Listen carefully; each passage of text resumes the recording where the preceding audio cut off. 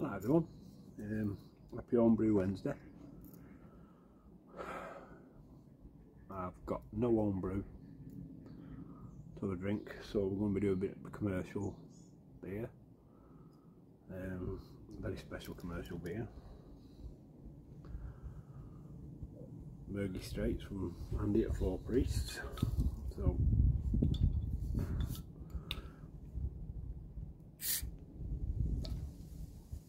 some cannon smoke in there. I'll put it in a honey brews glass. Oops. Cheers to everyone. A little bit more so you can see.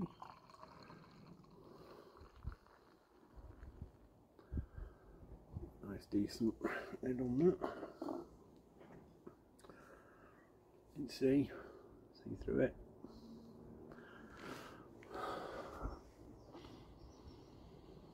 Still smells fruity. Anyway, cheers, good health to you all.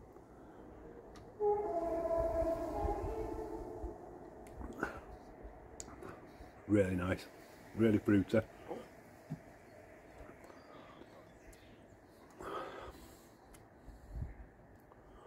A lot more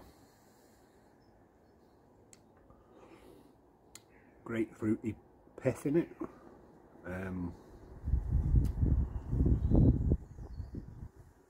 The cask, but then I'd been drinking all day. Anyway, that's another tale. Went out a couple of weeks ago. I've been off work, had like a week off, and me and the wife had been going around various watering holes. We was up Whitmore, which is on the way towards Market Drayton that way. We had a few pints in there and a meal, and then she said to me, well, it's Friday, what do you want to do tomorrow night, Friday? So I said, well, you fancy going Middlewich? And she went, oh, what's in Middlewich? And I said, like, Four Priest Brewery beer. I can go and actually try it, the drop of Murgy Straight. So anyway, we headed off up to King's Lock. We got there and they were just having a delivery. They weren't actually open, but the lad that was doing the barman said, oh, I'm opening in a couple of minutes, don't worry. So we sat there and had a look at the locks and whatever. It's only down from where I work, so we sat there. Then he opened, so went in, and I thought, oh, we'll try to get Locker, because Murgy Straight wasn't on. There was Get Locker and Cross Stout. So anyway, I had a pint of, I went for order to Get Locker, and it had kicked, must have kicked the night before. So he said, sorry, that was off. So I had a pint of the Crossed Stout, and that was lovely. Very chocolatey, dark chocolatey, roasty and everything. It was lovely. Anyway, so I think I had a pint of mild after that, and then the wife was getting a bit hungry, and unfortunately the King's Lot weren't serving food till after 5 o'clock, so we went down into the town, ended up in the White there. We had a new rat that was on, from the Rat Brewery, and I can't think of the name off the top of my head. I did have it all wrote down on a piece of paper, but can I find this piece of paper? No, because I've been brewing today and it's everywhere. But I'll find the pump clips, put it on, and the name, because it'd be really nice. No, I like the White Rat. I love the Rat Brewery. I brewed the White Rat twice now. I needed an empty keg for Arthur's Legacy Stout that I brewed, that was ready to go in a keg. It'd just been sat in the stainless steel fermenter. As you can see on the picture, it did ferment perfect. Really good fermentation, so I'm happy with that. Tasted the sample, bang on, that's gone into the keg, that's done. So now, right behind you, I've been brewing not my version, but our version of Mergy Straight. I'm back work tomorrow, so I don't need a long brew day. So I'm trying a 30-minute boil, a 30-minute mash, a 30-minute boil, brew in the bag on my grain father. So what I've done, I put the false bottom in, put the malt pipe in with the rolled bottom plate and the old bottom plate, and then my net bag on top of that with my grain in. Looks like it's coming out great. Unfortunately, when it goes in there to look for Talus hops, can I find them? Can I pick them? I've got 450 grams of Talus hops, I don't know where they are. So I've had to substitute Talus, and I've gone with Azaka. So I don't know, Citra and Azaka. I know I've had in base before and it works well, so hopefully fingers crossed. But I actually was sat drinking that raspberry, and then I've got an app on my phone called, is it Ale Finder, and it come up with a notification saying new beer going on at King's Lock, and I looked and it was Mergy Straight. So I said to her, I said, right, come on, let's drink up, let's get back over there. She said, why, it's not on? I said, look, it's just gone on. So we jumped in car, headed back over there. Barman was like, oh, are you alright? Have you lost something? I said, no, we just read that Mergy's coming on. He said, oh right, yeah, we're just pulling it through now. So we're pulling it through, so I had to wait, what, 5 minutes, but in the meantime I ordered a pint of,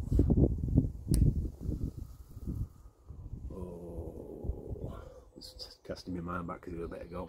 I ordered a pale ale, overtone pale ale I think it was quite nice. So anyway, I could see that they put the pump clip round, it was ready to go. So I thought, right, heads up, pint of the Mergy Straight please. So landlord, landlady, bar person said, yes, sure. Starts pouring it, and I could smell it as they were pulling it off cask, and I thought, oh, it smells lovely. So he says to me, have you had it before? I said, no. He said, oh, it's a really good beer. Andy does really good work. Do you know Andy? I said, well, I follow him on YouTube. And he said, oh, right. Yeah, he said, it's great beer. You'll enjoy it. So he poured it for me. So I come and sat back down, had a beer. Halfway down, I thought, this is really lovely. And it was really fruity, just like this. Really nice. And then the landlord, Jack, he was in. He was doing some work on his laptop. He come over and he said, if you hang around for 20 minutes, someone's coming in to see you. And yep, Andy popped in with a couple of bottles of the Mergy for me. We had a little chat, and it's without going to like fanboy area, it's great. It's actually me, not an idol, not an hero, but you know what I mean. Meet someone that's really good, really nice fella. So get to his website, order some more of the beer, or like I think he said, was it Cross My Loof? We're doing the homebrew kit, and I can brew his beer up because this is absolutely gorgeous.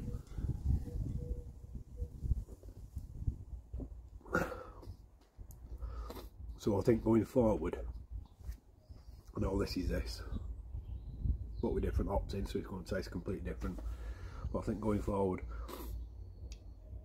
as it's starting to brighten up and warm up, we're going to have 2 kegs dedicated, one to the Mergy Straight and one to Vacant Gesture. I've got enough grain. Hops I'll have to have a look into. See, it's like, they're my 3 favourite beers. You've got White Rat, Murgy Straight, Vacant Gesture, not in any order, just off the top of my head. Them 3 I love.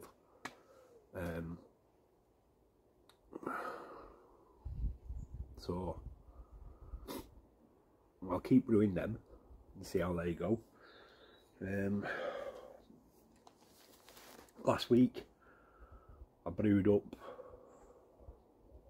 Cross My Looth. Was it Cross My Looth? I think it was Cross My Looth Hop House 13 clone. That's finished out, that's bottomed out there. That needs a proper cold crash and then putting in a keg. And then left for a bit to lager, so I won't be able to touch that. I've still got the keg behind the shed here in the dark, which has got that Imperial Porter in. I'll have to give that a look at. When I come to check the stout, or take the stout out and put it in the keg, I removed this and I noticed that there's a bit of stout inside. So I know it's going to throw out the weights and stuff, so you don't have to tell me off about it or anything. But what I've done, I've managed to source, I don't know if you can see in there, some O-rings, 34 by 2mm. Yeah, and I know it's putting the weight of that out, but you just tighten it up slowly, and that's going to make that more even waterproof, because I only use these to just get a recording of when it's coming down, coming down, coming down, coming down, and then it just like stays level. That's when I know that it's basically finished. Then I'll go and hydrometer check it. But I've got them. I went on, I was after some more bright work and brute force, and the only place I could find them was at Brew to Bottle. So I've got them in, but while I was there I bought myself a little cheeky another fermenter with another little lager kit just for a keg filler for one day, because we'll be working now, I'm working basically 5-day week now. I leave the house 4 in the morning, I don't get home till 4-5 o'clock.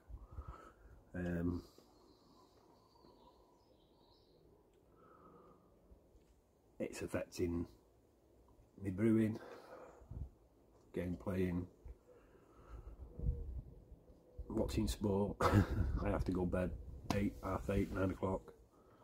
But that's how it's going to be for next bit. Like I say, I've got enough like this today. This is a one-off opportunity. Alright, well this is part 2. I filmed what you just saw, part 1, and then for the last 5 minutes I'm just stood there with, didn't have no sound on it. So the last 5 minutes it was just trying to say there's another brewery went back wayside yesterday, Bedlam brewer, debts, administrators, all that kind of palaver.